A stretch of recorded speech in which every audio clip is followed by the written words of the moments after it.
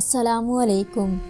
آج میں آپ کو جو واقعہ سناؤں گی وہ حضرت عائشہ رضی اللہ تعالیٰ عنہ اور حضرت محمد مصطفیٰ صلی اللہ علیہ وآلہ وسلم کے نکاح اور رخصتی کا واقعہ ہے۔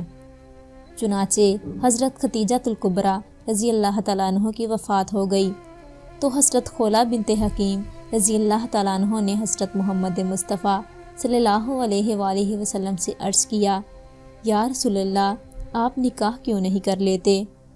آپ صلی اللہ علیہ وآلہ وسلم نے ارشاد فرمایا، کس سے؟ عرض کیا، آپ چاہے تو کنواری سے کر لیں، چاہے تو بیوہ سے کر لیں۔ ان حضرت صلی اللہ علیہ وآلہ وسلم نے سوال فرمایا، کنواری کون ہے؟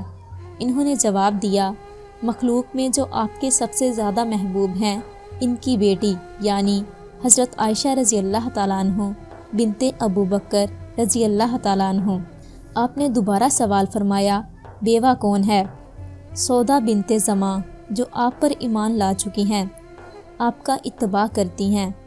یہ سن کر ان حضرت صلی اللہ علیہ وآلہ وسلم نے فرمایا، جاؤ، دونوں جگہ میرا پیغام لے جاؤ۔ خولہ رضی اللہ تعالیٰ عنہ پہلے ابو بکر صدیق رضی اللہ تعالیٰ عنہ کے گھر پہنچے۔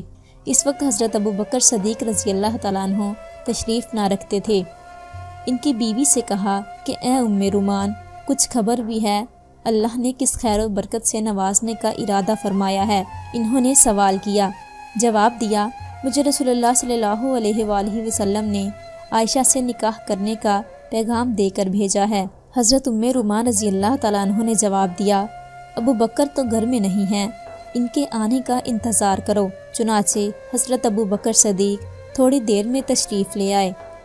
حضرت خولہ رضی اللہ تعالیٰ عنہ نے ان سے بھی یہی بات کی کہ مجھے محمد صلی اللہ علیہ وآلہ وسلم نے بھیجا ہے کہ عائشہ سے نکاح کرنے کے بارے میں آپ کو پیغام پہنچا دوں۔ یہ سن کر ابو بکر صدیق رضی اللہ تعالیٰ عنہ نے فرمایا کہ وہ تو حضرت محمد صلی اللہ علیہ وآلہ وسلم کی بھتیجی ہیں، کیونکہ میں آپ کا بھائی ہوں۔ کیا اس سے آپ صلی اللہ علیہ وآلہ وسلم کا نکاح ہو سکتا ہے؟ کیونکہ عرب اور مشرکین کسی کو منہ بولا بیٹا اور بھائی بنا لیتے ہیں تو اس کو میراث میں شامل کر لیتے اور اس کے رشتہ داروں سے شادی بھی نہ کرتے۔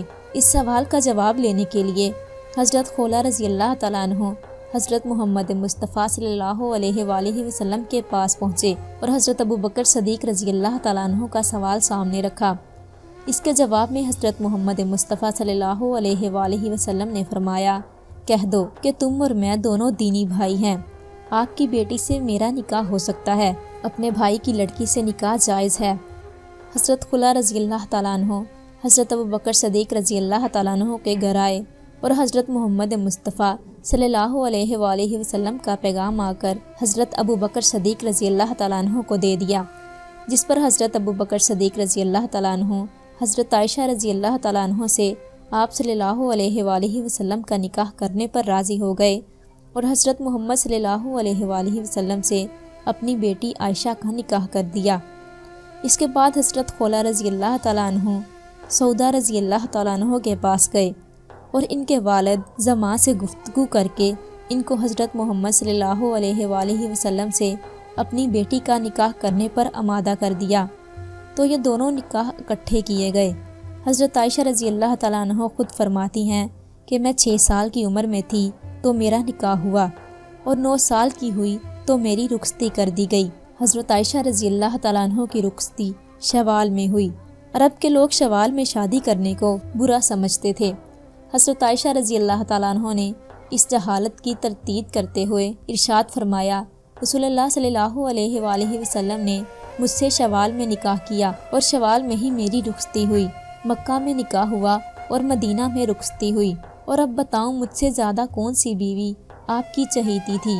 جو آپ نے مجھ سے نکاح بھی شوال میں کیا اور رخصتی بھی شوال میں کی، تو اب اس کے خلاف چلنے کا کسی کو کیا حق ہے؟ اس جہالت کو توڑنے کے لیے حضرت عائشہ رضی اللہ تعالیٰ عنہ کہا کرتی تھی کہ شوال کے مہینے میں عورتوں کا نکاح کیا جائے۔ بخاری شریف میں ہے کہ حضرت محمد مصطفیٰ صلی اللہ علیہ وآلہ وسلم نے حضرت عائشہ رضی اللہ تعالیٰ عنہ سے فرمایا کہ تم مجھ کو خواب میں 2 مرتبہ دکھائی گئی۔ میں نے دیکھا کہ ایک شخص تمہیں مخمل کے ایک کپڑے میں اٹھائے ہوئے ہے۔ میں نے کھول کر دیکھا تو تم نکلی۔ میں نے دل میں کہا کہ اگر اللہ کی طرف سے دکھایا گیا ہے تو اللہ اس خواب کی تعبیر ضرور فرمائے گا۔ رخصتی کا واقعہ کچھ اس طرح ہے کہ ابو بکر صدیق رضی اللہ تعالیٰ عنہ نے بارگاہ رسالت میں ارشاد فرمایا، یا رسول اللہ، آپ اپنی بیوی کو اپنے گھر کیوں نہیں بلواتے؟ آپ صلی اللہ علیہ وآلہ وسلم نے فرمایا، اس وقت میرے پاس مہر ادا کرنے کے لیے رقم موجود نہیں۔ ابو بکر صدیق رضی اللہ تعالیٰ عنہ نے عرض کیا، میں بطور قرض پیش کر دیتا ہوں۔ چنانچہ آپ نے ان کی پیشکش منظور فرمائی اور قرض لے کر مہر ادا کیا۔